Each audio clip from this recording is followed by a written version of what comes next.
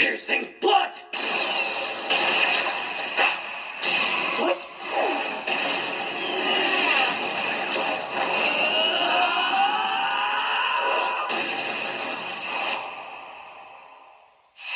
Now, this video is going to be different from my usual crossovers, but just watch till the end and let me cook. In this video, I'll be putting Izuku Midoriya in the gauntlet against various Jujutsu Kaisen characters to show you guys just how busted this kid actually would be if he found himself in the JJK verse. Starting out slow, Deku then moving up with actually stronger and stronger strong. characters that might pose more of a challenge to him. Also, some of the fights in this video will contain spoilers for both the My Hero manga and JJK. But by the time this comes out, some of the spoilers in My Hero might already be animated in this ongoing season. With that being said, let's get straight into this with the first person Deku's going to be up against, Mai Zenin. Next up, Deku versus Momo Nishimiya. Man, no. Deku versus Miwa bro. Kusumi. Really? New shadow style. Simple domain. This allows me to attack anything that enters the 2.21 meteor radius of my domain on... Alright, you get the point.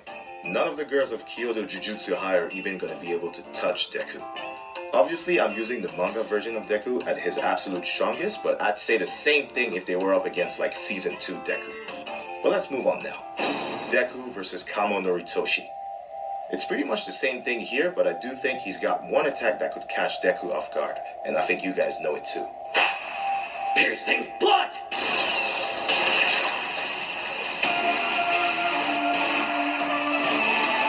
Now, I know what you guys are thinking. Deku has danger sense, he could easily dodge that. Right. And you'd make a good point. But danger sense isn't a perfect quirk that allows him to predict any attack and come out unscathed. Even when he was fighting Nagant in Season 6, that bullet still hit him. Right. And piercing blood is described as an attack that far exceeds the speed of sound. So I could definitely see Deku getting hit by it the first time Kamo fires the technique at him.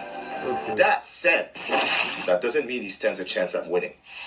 He's just the first guy on this list that could potentially land a solid blow on Deku. But moving on, we'll have the last two Kyoto students that people actually care about. Deku versus Kokichi Muta, aka Mekumaru. Now here, there's only one form we really need to focus on, because Mekumaru in the Goodwill event is getting destroyed, there's no questioning that. But on the other hand, his absolute mode might put up a decent fight, right?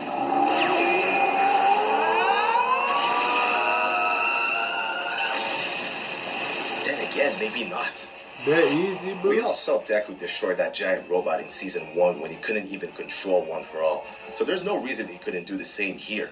And after that, it's GG's. Deku versus Todo. Todo's a strong guy, that's for sure. His boogie woogie would be something that Deku would have to get used to at first, and that would earn him some solid blows. What? But that's about it. Deku is still way faster than him, and with danger sense, he would definitely adapt to his technique. Also, Mahito made him spit out a ton of blood after he connected with the Black Flash in Shibuya. So imagine if Deku connects with a single smash reinforced with all of his quirks. Detroit Smash! Todo's done. Moving on to Tokyo Jujutsu High.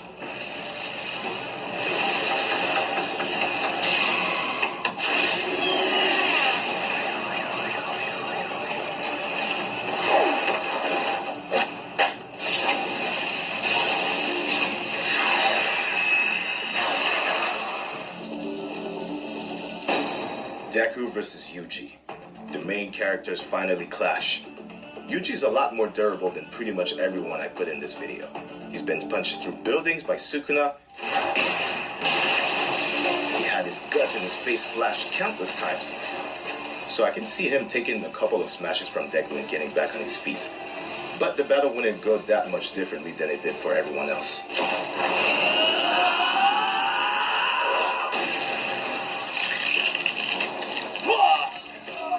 Deku's speed and power far exceeds Yuji's, and with danger sense, there's no way he'd be able to catch him off guard. Deku versus Megumi Fushiguro. Domain expansion!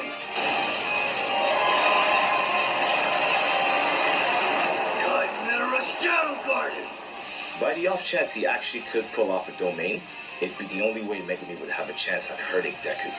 And maybe, just maybe, his demon dog could land a lethal hit on Deku.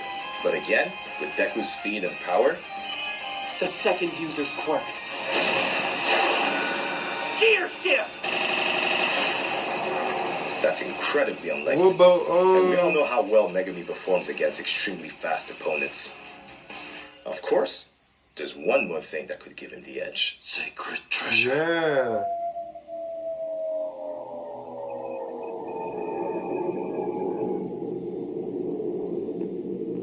Sacred swing. But that's going to be for another video. And there you have it. What? I know I could have put more characters in this gauntlet, but I didn't want this video to take me forever to make. But let me know in the comments if you'd like me to continue this, and if so, what other crossovers you'd like to see. And by the way, if you're still expecting Blue Lock Academia Part 5, not gonna lie, I wouldn't get your hopes up. These animations took me at least 2 to 3 months to make, and as someone who wants to do YouTube full-time eventually, that upload schedule is just not it. I might go back to it, but for now, just consider the series finished. One thing I can promise you guys now is these videos are not going to take 3 months to make anymore.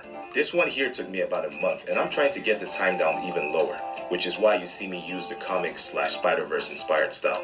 By making things a bit easier for myself, you guys can expect a lot more content more frequently. So please, like, subscribe, share this video if you enjoyed it, and I'll see you guys in the next one. Well, if you made this far, don't forget to like, subscribe, comment. Thank you for watching. I'm out. Peace.